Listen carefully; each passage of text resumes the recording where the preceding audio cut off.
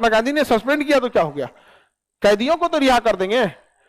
कैदी रिहा होने की जगह पे भगत सिंह को फांसी लगा दिया गया।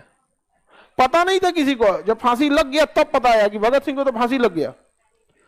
तब महात्मा गांधी कहे कि रे इरविन भाई क्या किया है तुम कैसे फांसी दे दिया? तो कहा कि हमने तो बोला था कि राजनीतिक कैदियों को छोड़ देंगे, जितना धरना अनशन हेन तेन में बैठा था सबको छोड़ दिए। भगत सिंह जो थे ये तो आपराधिक में थे, क्या थे? आपराधिक में थे। अभी टेंशन नहीं लीजिएगा, भगत सिंह को जो गवाही दिया था ना, गवाही दिया था जो भगत सिंह के खिलाफ, उसको एगो बिहारी गोली मार दिया। अभी आगे पढ़ेंगे आप लोग को यहाँ पर, ठीक है? वही गवाही दिया था, क्योंकि भगत सिंह के खिलाफ कोई सबूत नहीं था, सैंडर्स की हत्या का कोई सबूत नहीं था। वही खड़ा होगा, हम ही देखे थे, यही मारा था, यही भगत सिंह को फांसी दे दिया गया। समझ आ गया कि नहीं? खुद के खिलाफ आप गवाही नहीं दे सकते, तुम लोग अपने घरे का कानून पढ़ देता है। आप किसी को भी खुद के खिलाफ गवाही दिला के उसे सजा नहीं सुना सकते। समझ में आ रहा है कि नहीं आ रहा है? तो उसने कहा दिया यही मारे थे। तो बिहारी को देख लिया था कोर्ट में, कागी रुक तोरा बताई तो ओके बुलाया बिहार में, आओ लिट्टी चोखा किलो बेतिया में, मोतिहारी है ना जगह, चंपारण, बेतिया में गन्ना के खेत में गोली मार दी। सुना है आके भगत सिंह के खिलाफ गवाही देता है आप। तो ऐसा ऐसा बहुत हुआ है। तो भगत सिंह को क्या लग गई? फांसी। हालांकि भगत सिंह को जब फांसी दिया गया तो जो जज थे उन जजों में एक आगा हैदर भी थे। क्या नाम था? आगा हैदर।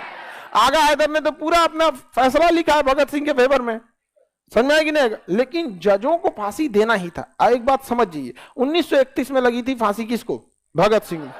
गांधी इरविन समझौते के बाद मार्च में भी फांसी लगी थी उनको, 23 मार्च को। 5 मार्च 1931 को यहां समझौता हो रहा है और उसके 18 दिन बाद 23 मार्च 1931 क्या लग गई? फांसी। हालांकि 14 फरवरी को सजा सुनाया गया था, लेकिन गांधी इरविन समझौते के बाद ऐसा लग रहा था कि माफ हो जाएगा सजा, लेकिन माफ नहीं हुआ यहाँ पर। अच्छा ये बताइए, 1931 में सरदार पटेल भी बहुत बड़े जज वकील थे और 1931 में कांग्रेस उन्हीं के हाथ में थी। 1931 का लाहौर कराची अधिवेशन सरदार पटेल थे। सरदार पटेल भी तो बहुत बड़े वकील थे। मोतीलाल नेहरू बहुत बड़ा वकील थे, जवाहरलाल नेहरू बहुत बड़े वकील थे, जिन्ना बहुत बड़े वकील थे। आप गांधी को अकेले जिम्मेदार तब ठहराइएगा? हाँ, इसलिए कि उस समय गांधी के पास पावर इस बात का था कि इरविन उनकी बात मान लेता, इरविन उनकी बात मान लेता। हालांकि इरविन बात मान लिया था।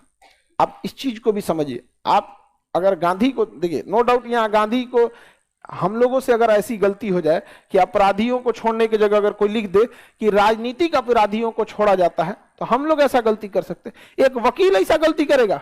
वकील का काम होता है यही सब चीज पकड़ना, और भी गांधी ऐसा वकील गलती करे?